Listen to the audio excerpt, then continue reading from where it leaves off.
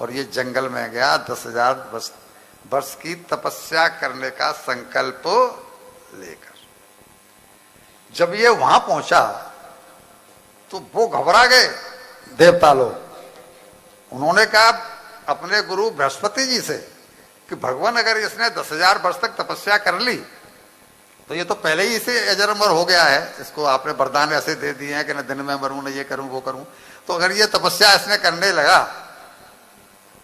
ये तपस्या बात वरदान इनको जो मिले वो बाद में मिले हैं, पहले से ये बहुत बलवान था, तो अगर ये तपस्या इसकी पूरी हो गई तो ये हम लोगों को छोड़ेगा नहीं, तो कुछ ऐसा करो कि ये तपस्या नहीं कर पावे।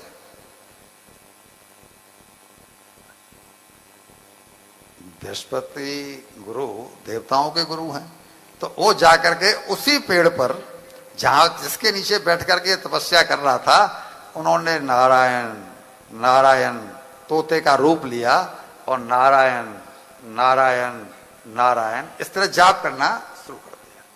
अब ये कहता है हिरण्यकश्यपु कि मैं तो नारायण का ही वध करने के लिए तपस्या कर रहा हूं और ये मेरे सामने आके नारायण नारायण करने लगा।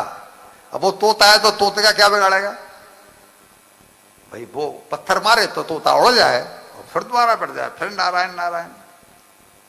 उसको लगा कि आज मैं सही समय से नहीं आया हूं, इसका मतलब है कि मैं सही समय से नहीं आया हूं, मुहूर्त खराब है आज का, कल फिर आऊंगा। और छोड़ करके तपस्या चल दिया।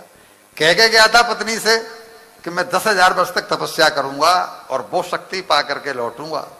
इसकी पत्नी का नाम है कयाधु।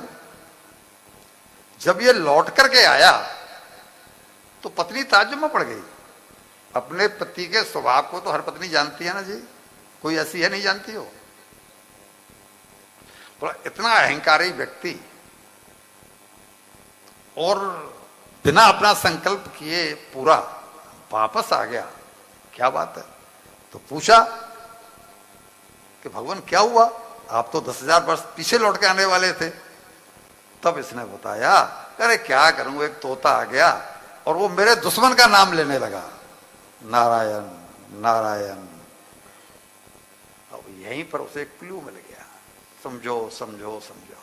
क्या, इस पापी के मुंह से भगवान का नाम, बस उसे क्लू मिल गया कि अगर मैं 108 बार इसके मुंह से नारायण नाम लेकर के लिवा करके और आज गर्भ धारण कर लूं तो जो बालक पैदा होगा वो भगवान का। क्या सूत्र मिला हमारी बहन बहुओं को, है? गर्भ जब धारण करें तो सात्विक वृत्ति, डिंग डोंग नहीं, उल्टा सीधा चिंतन करके। इशारों में आप मेरी बात का मतलब समझ गई हो। तो उसने वही किया। तो बोला स्वामी वो नारायण के तो ना पे जोड़ देता था कि यण पे जोड़ देता था, मतलब किसी भी तरह से वो चाहती थी कि इसके मुंह से नाम। और रसोई जो जो जो खाना बनाने वाले थे वो तो सम्राट है, उनको सबको उठा दिया। बोला आज भोजन अपने पतिदेव के लिए नहीं बना। और उनको बुलाया और बार बार बार बार कुछ न कुछ पूछा, भोजन कराया, पंखा जलती रही जो अब तक कभी नहीं हुआ उस तरह से, क्योंकि वो अभिमानी व्यक्ति था, उन दोनों में आपस में जमते ही नहीं थे। पंखा जल के और बार बार नाम लिवाती रही। और भोजन जब पूरा हो गया तो दोनों शयन कक्ष में गए और वहां भी उसने वही चर्चा रखी, किस तरह से क्या बोलता था, क्या कहता था, ऐसा है जी वैसा है जी, क्यों बोलता था। और जब देख लिया कि 108 नाम पूरा हो गए तो उसकी अंकशायनी बनी। और प्रहलाद जी जिसकी हम चर्चा कर रहे हैं वो उसी रात में उसके गर्भ में आ गए।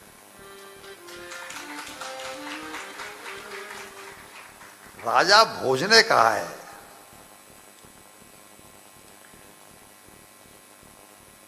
एक बात बताना भूल गया कि ये उसको बार बार प्रशंसा करती रही, क्या कि मैं कितनी धन्य हूं कि मुझे आप जैसा बलवान पति मिला। आप तो ये हैं, आप तो वो हैं, अरे आपका नारायण क्या बिगाड़ लेगा, तो अरे वो नारायण को तो मैं मार दूंगा और नारायण को तो मैं ये कर दूंगा, मतलब कुल मिला करके उसने जो बहाने बनाए। तो इसने प्रशंसा की हिरण्यकश्यपु की, तो प्रशंसा करने से वो फुलफुलाता रहा और नारायण नारायण बोलता रहा। कालिदास का नाम आपने सुना होगा। तो राजा भोज ने पूछा कालिदास से कि भाई संसार में सबसे मीठी चीज कौन सी है? क्या जवाब दिया बेटा? चीनी। संसार में सबसे मीठी चीज कौन सी है? चीनी नहीं। क्या? प्रशंसा। संसार में सबसे मीठी चीज है, किसी की भी प्रशंसा कर दो वो खुश। एक बार एक भिखारी एक सेठानी के यहां गया और सेठानी के जाके उसने भिक्षा मांगी।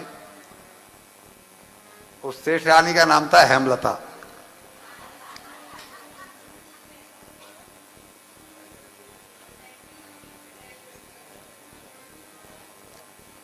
अब उसने जब देख लिया कि हट्टा कट्टा है तो उससे बोली अरे तुझे शर्म नहीं आती? तुझे शर्म नहीं आती? तू उतना हट्टा कट्टा होकर के भिक्षा मांगता है, भीख मांगता है, कुछ काम कर ना। वो भी कम नहीं था, उसका भी नाम राकेश था।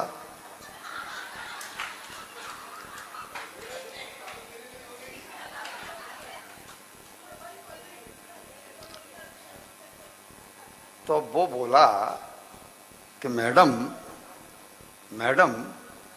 देखने में तो आप भी किसी ऐश्वर्या राय से कम नजर नहीं लगते, तो आपको ये झाड़ू पोंछा करते हुए नहीं आती? अब तो सेठानी खुश हो गई और बोली रुक जा, बैठ यहां बैठ, मैं तेरे लिए अभी पिज्जा और बर्गर ऑनलाइन ऑर्डर। प्रशंसा में बड़ी ताकत है। तो जब ये हुआ, दूसरे दिन नहा धो करके अपना स्नान करके और ये फिर तपस्या में चला गया और तपस्या करके इसने भगवान की 10,000 वर्ष तक तपस्या की। इधर पीछे क्या हुआ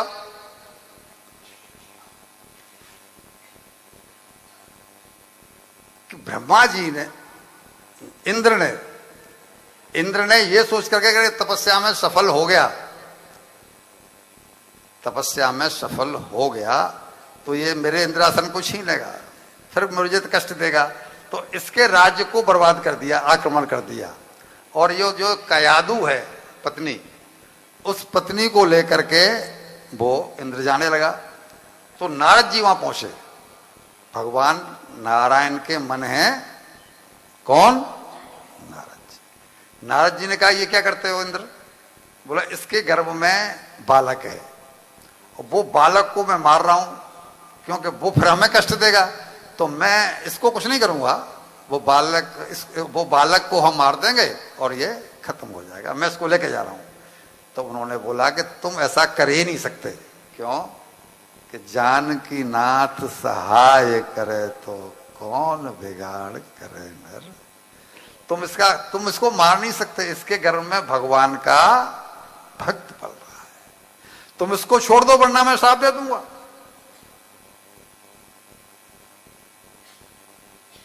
तुम्हारी हिम्मत नहीं इसको। तो उसने कयादू को छोड़ दिया। अब राज्य को तो पूरे को नष्ट कर दिया उसने, देवता लोगों ने, क्योंकि वो था नहीं वहां पर। जब